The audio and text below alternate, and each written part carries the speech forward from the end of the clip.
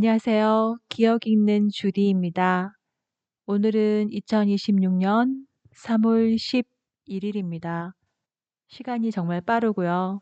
최근 며칠 동안은 바빠서 시간을 낼 수 없었어요. 오늘은 그래서 마음 먹고 오늘은 꼭 저녁에 글을 읽고 자야지라는 생각으로 미리 준비를 좀 했습니다. 네.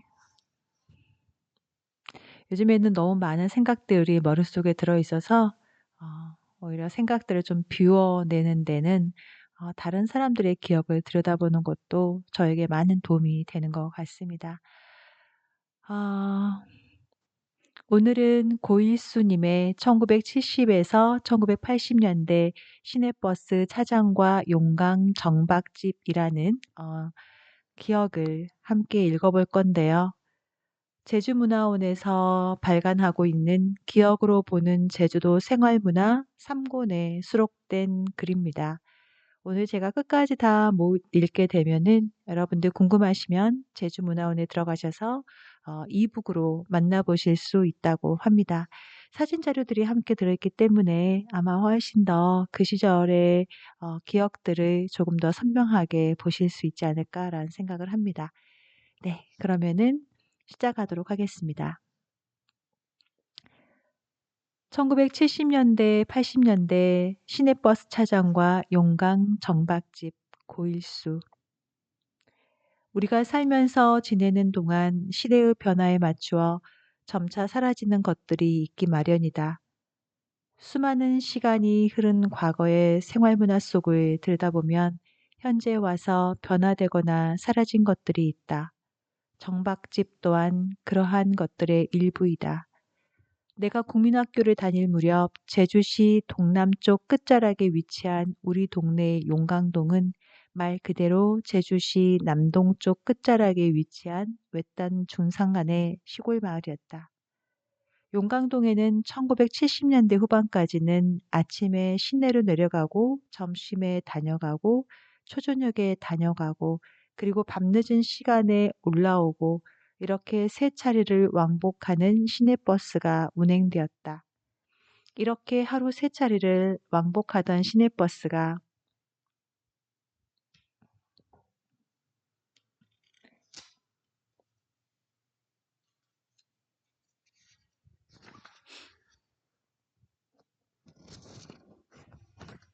1980년대에 들어서면서 오후 3시경 시간대에 한 차례 더 다니더니 1984년 5년 되는 때부터는 아침 등교 시간에도 시내버스가 한 차례 더 다녔다. 그때 밤늦은 시간에 올라온 버스 기사가 묵는 집인 정박이 있었다. 정박집은 지금도 존재하고 있다. 제주 서귀포 구간이나 제주 고산, 제주 표선 구간 등 시외버스가 운행되는 몇몇 구간에서는 아직도 정박집이라는 것이 존재하고 있다. 하지만 지금 운영되고 있는 시외 구간의 정박집도 시내버스 운행 구간의 정박집이 사라진 것처럼 오래지 않아 사라질 것이다. 나는 이 글을 쓰면서 3, 40년 전으로 잠시 돌아가 볼 수 있었다. 시대를 거스른다는 것이 이렇게 행복한 일인 것이구나 하는 생각이 들었다. 아주 사소한 기억들이 나를 행복하게 하였다. 시내버스 정박집. 당시 외진 마을에는 정박집이 있었다. 지금은 도로 사정이나 자동차의 성능이 당시보다 훨씬 좋아지는 등 여러 가지 요인으로 사라져 없어진 문화이다. 정박집은 늦은 밤에 마지막 운행을 한 버스기사와 차장이 하룻밤 잠을 자고 가는 집이다. 정박집 주인은 버스 회사와 소정의 계약을 맺고 방 한 칸을 전용으로 내주었고 아침에는 밥을 먹이고 첫 운행을 할 수 있도록 하였다. 우리 동네에서 아침 7시 30분경에 출발하는 첫 버스가 바로 전날 밤 11시경에 도착하여 세워둔 정박차였던 것이다. 당시 정박집으로 지정하여 사용하던 주택은 김병근 씨 소유였으나 지금은 주인이 바뀌었다.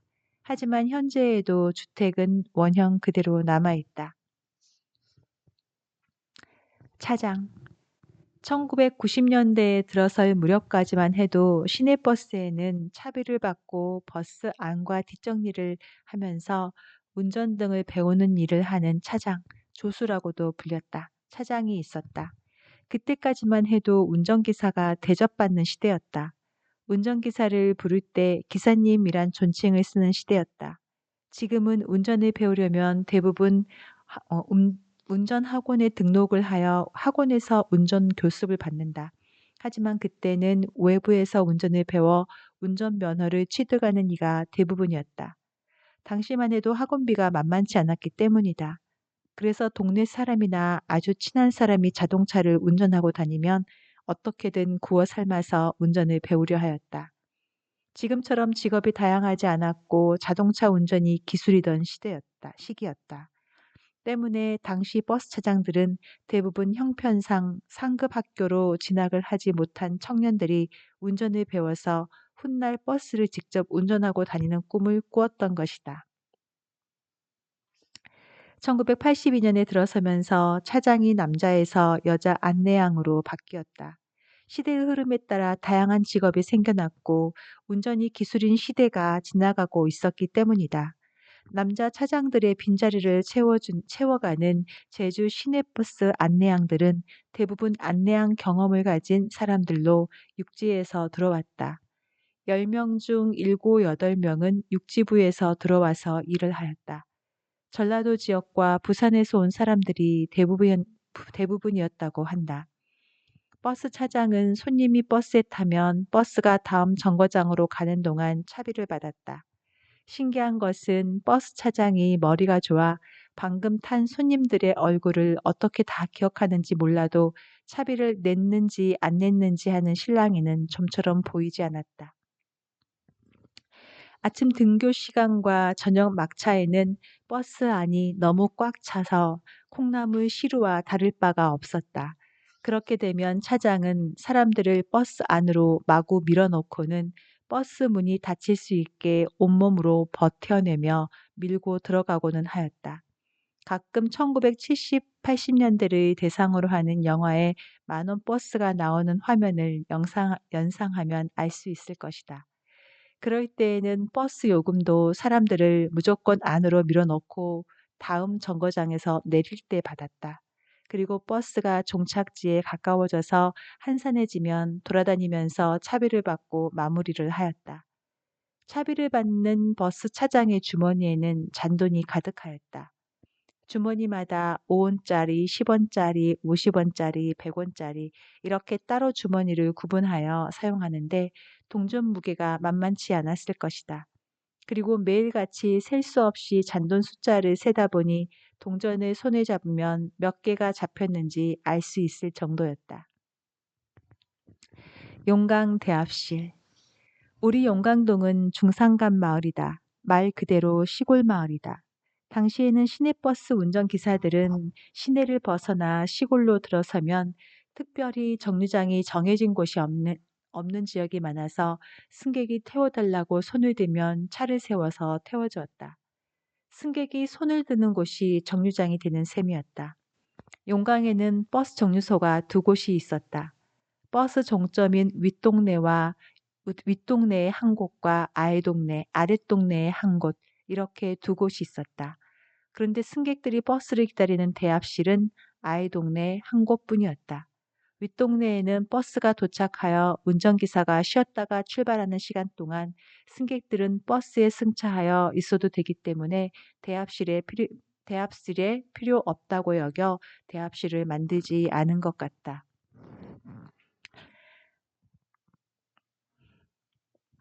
알동네에는 마을 중심 지역에 위치한 참난거리에 대합실을 만들었는데 이곳은 오래전부터 버스 정류장으로 이용되는 위치였다. 대합실은 1985년에서 6년 즈음에 도로가 포장되는 시기에 시멘트 바닥에 콘크리트 기둥과 벽돌을 사용하여 만들었다. 길이는 약 5m, 폭은 약 5m 정도 크기로 대합실 내부에는 시멘트로 긴 의자 모양을 만들어 사람들이 앉아서 기다릴 수 있게 하였다. 그때 지어서 만든 용강 대합실은 2010년대 중반까지 사용되어 오다가 최근 들어 2018년 도로 확장 공사가 진행되면서 철거가 되고 그 옆으로 신식 대합실이 만들어졌다. 시청 정류소. 차장은 아침 운행이 시작되어 시청 정류소에 정차하면 환전소에 들러 5원, 10원, 50원, 100원짜리 잔돈을 환전하였다. 당시 시청 정류소는 대부분 시내버스의 종점과 시작점이었다. 그래서 정류소 옆에 조그만 박스 형태의 구조물을 두어 환전도 해주고 담배나 드링크 등 몇 종류의 자파를 갖춰놓고 장사를 하였다. 환전상은 미리 잔돈을 각각 100개씩 숫자를 세어서 종이에 말아두어 교환하여 주었다. 차장은 환전을 하면서 운전기사 몫으로 장갑과 드링크를 사다가 주는 이도 있었다. 이는 직무상 차장이 현차를 관리하고 운전기사는 노선 운행과 차장을 관리하는 체제였기 때문이다. 이런저런 정황이 만들어지면서 차장의 수입도 꽤나 괜찮았다. 제주 시내버스의 남자 차장과 여자 안내양은 점차로 직무를 교대하여 이어지다가 1990년대 들어서면서 버스 회사의 운영난과 자율버스 시대의 도래로 이들의 직업도 점차 사라지기 시작했다. 차비와 승차권, 차비, 버스 요금, 차비는 현금으로 지급하다가 1981년이 되면서부터 버스 승차권을 구입하여 사용하였다. 내가 국민학교를 다니던 동안 차비는 25원에서 30원으로 오른 금액을 주고 다녔는데 중학교에 다닐 때는 차비가 50원이었던 것으로 기억이 된다. 고등학교 2학년 1983년대일 때 무려 학생용 승차권이 80원이었던 것 같다. 승차권은 처음에는 한일여객과 대화운수에서 먼저 도입하였다가 나중에 제주시 시내버스 승차권 공동관리위원회를 두어 국민학생 이하 대상 요금인 어린이용, 중고등학생의 대상 요금인 학생용, 그리고 일반용 이렇게 세 단계로 구분하여 사용하였다. 시내버스 승차권은 2004-5년 대화여객이 사업을 중단할 시점까지 유통되었다. 시내버스 노선 1970에서 90년대 초반까지도 우리 동네의 버스 노선은 시청과 제주여고를 기점으로 광양 로터리를 지나 동문 로터리를 거치고 삼양과 봉계를 경유하는 노선이었으며 시간은 동문 로터리를 기준으로 약 45분이 소요되었다. 당시에는 거의 모든 시내버스가 지금의 중앙로를 경유해서 다녔다. 동쪽으로는 조천이 주된 종점이었고 서쪽으로는 하기가 주된 종점이었으며 이 두 노선이 버스가 가장 많은 회차로 운영되었다. 당시 제주시 동쪽으로 향하는 시내버스는 모두가 동문 로터리와 삼양을 경유하였다. 주요 노선은 황새밭, 황사평과 삼양 일동, 명도암, 회천, 용강, 조천 등이다. 제주시 서쪽 방향의 노선은 관덕정 앞 정류소를 경유하여 제주중학교를 거쳐갔다.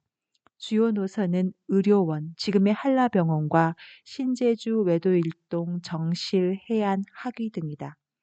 지금은 첨단 시설이 갖춰져 있어서 버스가 노선을 지나가면 자동으로 각 정류장을 지나간 운행 시각을 알 수가 있지만 1980년대 중반까지는 중간중간 정류소마다 운행 시간을 체크하는 사람이 따로 있었다. 내가 살았던 용강동 노선에는 시청에서 출발할 때 시간을 체크하고 중앙로와 동문 로터리에서 또 시간을 체크하였다. 그리고 제주여상 앞 정류소, 화북남문 정류소, 삼양파출소 앞 정류소 이렇게 시청 앞에서 출발하여 용강에 도착하기까지 5개의 정류소에 도착과 출발 시간을 체크하는 사람이 있었다.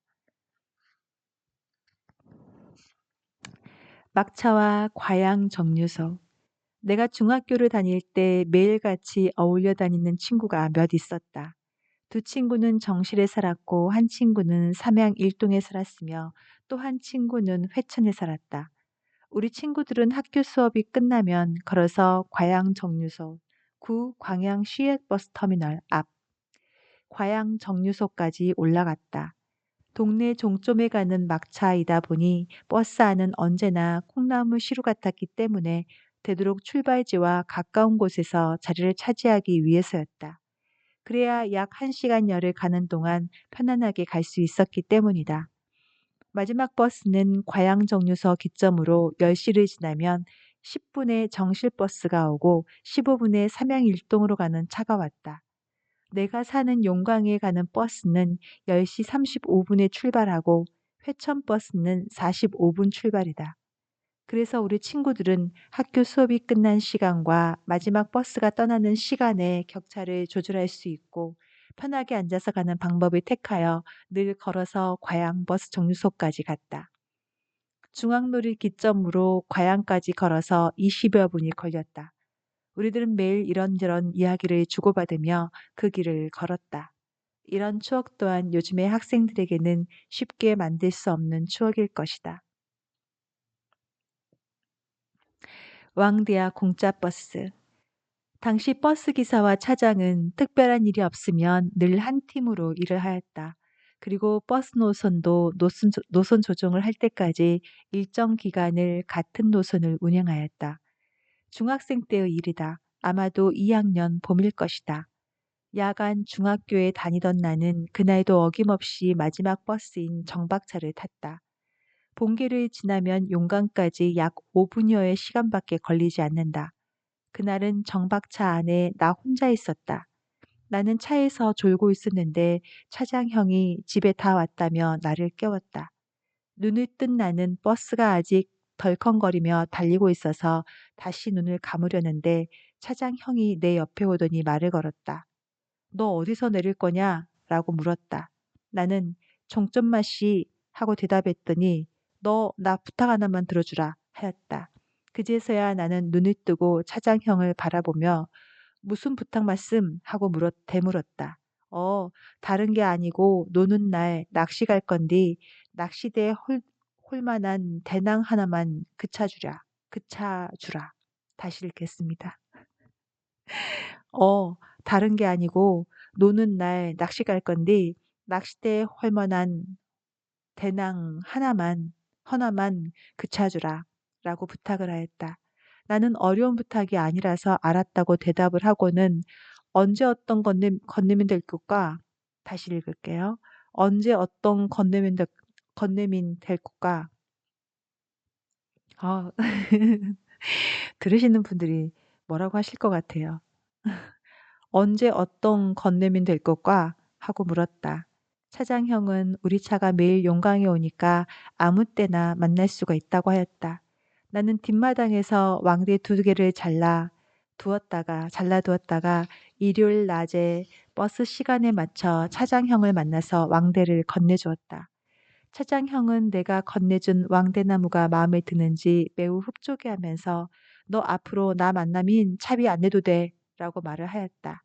그 후로 그 형이 용강을 다니는 동안 버스비를 내지 않고 꼭 공짜 버스를 타고 다녔다. 부릉이 형. 우리 동네에는 나보다 4살이 많은 형들이 몇 있었는데 그 중에 별명이 부릉이라는 형이 있었다. 그 형은 힘이 세고 화가 나면 성격이 포악해져 후배들이 가장 무서워하는 형이었다. 우리 동네 아이들은 여름밤이면 마을 가운데 가로등을 의지하고 밤늦게까지 놀았다. 2~3살 터울이 진 선후배들이 모이면 보통 7~8명이 모여서 놀았다. 그러던 어느 여름방학 때의 일이다. 나보다 2학년 선배 형 하나가 정박차 올 시간 되면 차에 부릉이 타샤보라 라고 하였다.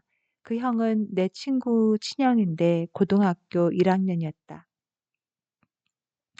나와 친구는 무사라고 물으니 부릉이가 오늘 학교서 기분 나쁜 일이셔나 보난 눈에 안 걸리는 게 좋을 거요 라고 하였다. 부릉이가 오늘 학교서 기분 나쁜 일이 있어난 눈에 안 걸리는 게 좋을 거요 라고 하였다. 괜히 시비를 걸지 않을까 하는 걱정이 있었던 것이다. 그렇게 해서 우리는 정박차가 올라오는 시간에 맞추어 가로등 불빛을 피해 숨어서 지나가는 버스 안을 살폈다. 버스 안에는 그 형이 타고 있었다. 우리는 버스가 지나가기를 기다렸다가 다들 나와서 한마디씩 그 형에 대한 흉을 보면서 다시 놀기 시작하였다. 그런데 몇 분이 지난 후 누군가가 너네 다 모여봐 하고 큰 소리로 우리를 불러 모았다. 부릉이 형이었다. 몇몇이 그 형이 있는 곳으로 모여들고 한두 명은 무서워 숨었다. 그랬더니 나 저기서 다 봤어. 거기 고분 놈도 나와. 라고 소리쳤다. 그제서야 숨어있던 친구도 그 형 앞으로 모였다. 우리들을 불러 모은 그 형은 너네가 이 시간에 여기서 노는 줄 알고 있는데 일부러 나를 피했다. 는 등 시비를 걸기 시작하였고 끝내는 폭행으로까지 이어졌다. 와. 그날 이후로 한동안 우리들은 재미있게 잘 놀다가도 정박차가 올라오는 시간이 되면 모두 숨어서 지나가는 버스 안을 살피게 되었다. 뭐 그날 이후로 같은 일이 반복되지는 않았지만 막차와 짝사랑. 중학교에 들어가서 처음 이성에 관심을 가지게 되었다. 상대는 같은 반 친구였다. 회천에 사는 이 친구는 삼양국민학교를 졸업하고 진학하여 같은 반이 되었다. 행정구역으로는 용강과 회천이 모두 봉계동에 속한다. 하지만 국민학교 학고는 용강 아이들은 봉계국민학교를 다니고 회천 아이들은 삼양국민학교를 다닌다. 그래서 같은 봉계동 관할구역인 용강과 회천에서 어린 시절을 보냈지만 중학생이 되어서 처음 만난 아이였다. 우리 학교는 야간 학교이다 보니 남녀 공학이었다. 국민학교에 다닐 적 친구들은 코 흘리게 때부터 같이 커서 그런지 그런 친구들과는 전혀 다른 감정이 생긴 거다. 아, 국민학교에 다닐 적 친구들은 코 흘리게 때부터 같이 커서 그런지 그런 친구들과는 전혀 다른 감정이 생긴 것이다. 1학년 1979년 봄 어느 날 난 그 친구에게 끌리는 관심의 표현으로 간혹 장난을 걸었는데 내 장난에 기분이 상했는지 하루는 너 왜 그러니? 하며 매서운 눈초리로 나를 쏘아보았다. 그 후로는 왠지 그 아이 앞에서는 고개를 들 수가 없었다. 그렇지만 얼마의 시간이 흐른 후 학교 수업을 마친 후 버스 시간에 맞춰 과양 정류소까지 걸어서 올라간 다음 정박차를 타고 다닌다는 공통점으로 아무 일 없는 듯 자연스럽게 다른 친구들과 어울려 다녔다. 내 마음속에 자리 잡은 마음을 표현하거나 말을 할 수는 없으나 난 학교를 마치고 걸어 다니는 그 길이 마냥 좋기만 하였다. 그러던 어느 여름날, 그날은 왜 그런지 조금 더 오랜 시간을 같이 있고 싶었다. 그래서 나는 일부러 용강으로 가는 막차를 타지 않았다.